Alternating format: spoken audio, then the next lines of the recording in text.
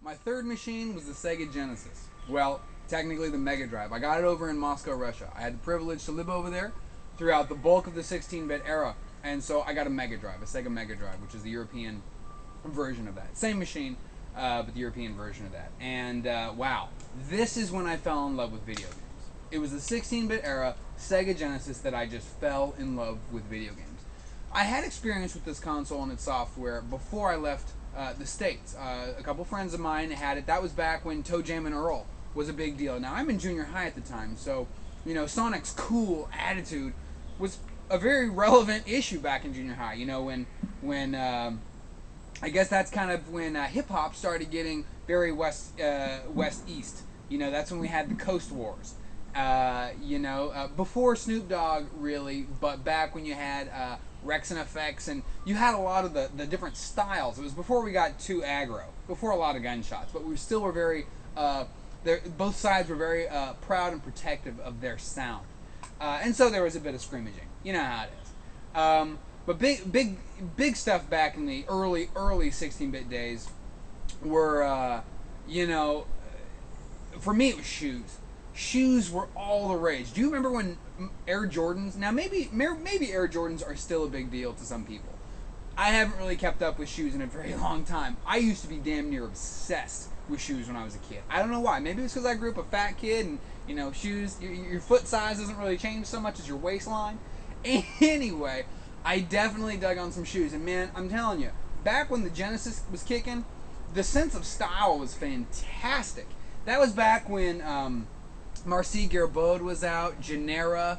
We had a shop in the mall in Tucson called Merry Go Round, and they had like Vans. Vans were huge back then.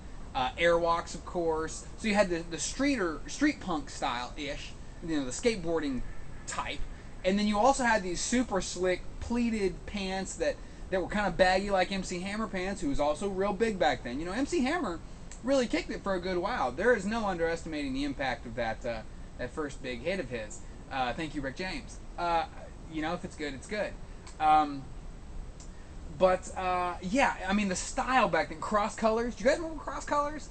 Cross colors was a big thing at my school, and this was an interesting time in greater American culture, because this is, I believe, when black hip-hop culture, now that's not to say that black is equal to hip-hop.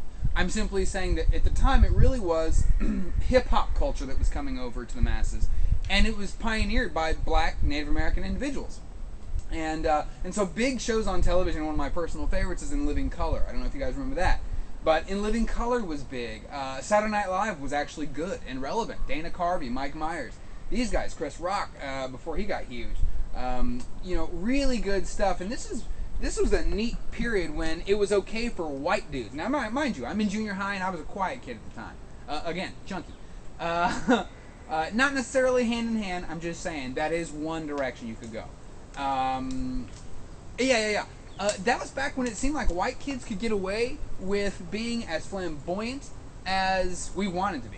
You know, nowadays, it seems like the white folks are a little bland. You know what I'm saying? I mean, black and white, maybe it's just my style. I'm bland. You know, I'll fess up. But I do like a little bit of flair. I got some green going on. What's that? But yeah, I remember purple pants back in the day with like bling and shoes, and it was a cool thing. Now, it was, of course, pioneered again by the black kids, at least at my school. And some of the Hispanics. Again, I went to Tucson Junior High, Tortolito. And so you had a lot of this, for what in Arizona was multiculturalism. It is multiculturalism. It's not exactly a melting pot, but, you know, we had other options. It wasn't just whiteys. And so for me, that era is all about some color. Of course, with music, that was also when hip-hop came over. Hip-hop, I think, has evolved into a big cultural phenomenon. I think in large part because even at its roots, it is a cultural movement. Hip-hop is more than a sound. It's always been a cultural movement. I think shows like Arsenio Hall, also huge at the time. I still love Arsenio Hall show. Arsenio Hall and In Living Color did amazing things in getting the culture of hip-hop and the people of hip-hop out into the open. And so that is what I think typifies that era. But the Sega Genesis really dominated this time, where aggressive, vivacious style was in vogue. And so games like TOEJam Earl really made it happen, really made it click. Streets of Rage with its techno soundtrack, Streets of Rage 2 was all the rage.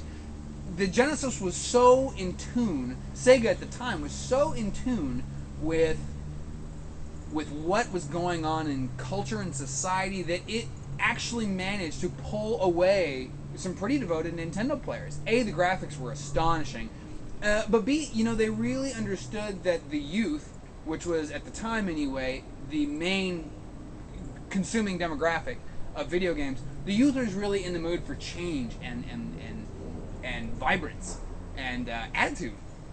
And so Sonic, of course, replaced Alex Kidd as the guy to be. He was fast. You know who Sonic is. The dude, and unfortunately, he's kind of, not only has his popularity waned in the last few years, but his quality has too taken a dive. And that happens. Though check out the DS game. But the thing is, the Genesis really did capture the culture, and it understood it through the marketing. Sega's marketing was very aggressive. The whole Sega. We all remember the whole Sega. And it was ridiculous, super easy, but you see that it's actually given life to a lot of these, PlayStation, GameCube, like special ways to say your name. Sega, I think, really kind of coined that. It's cheeseball, but it works. It's all in here. Yeah, good time. And also, of course, the arcade. The Sega Genesis was all about the arcade, so on a greater video gaming cultural level, the Genesis, I think, was when the arcade really started to become a relevant interest and possibility in the home. Now, of course, 2008, viewing with future eyeballs, the arcade is all but dead. There's apparently a resurrection in the works. I certainly hope it comes to. We'll see. Excuse me. We'll see. I don't know. I don't know. But there was a time when the arcade seemed far off, and the closer you got, the better you were, and the Genesis really did a great job of converting a number of classic arcade titles. So that's a lot of what the Genesis, I think, brought to the greater table. And I think that's what's important to keep in mind as you look at Genesis and Mega Drive titles on your download services today, and your compilations, your retro compilations. It's easy to look at these old games and these old collections as basically iterations of the same thing. Oh, great, another shooting game. Oh, great, another beat 'em up. Well, yes. The answer is yes. And platformers ran rampant back in the 16-bit era, which I did not mind at the time. I love that stuff. And that's just what happens. If you think that we're any different now, I beg to differ. How many of the last 10 games have you played that were first-person shooters? I'm pointing to you, America. We play first-person shooters like there is no tomorrow. Well, we did the same thing back in the day with platformers. Mario, Sonic-style game. Earthworm Jim, my personal fave, which was recently released to lukewarm reviews, and I think that's a misstep. Really. Consider what is going on in that era. The 16-bit era is vibrant. Totally worth it. And the Genesis, though second fiddle, in the long run, by most people's accounts, is absolutely worth looking into, and indeed was enough for me to be diehard Sega at the time for many years, even afterward. That's true. I was an old school Sega guy. I was into it. Fanboyism, I was all about it. Not so much anymore, but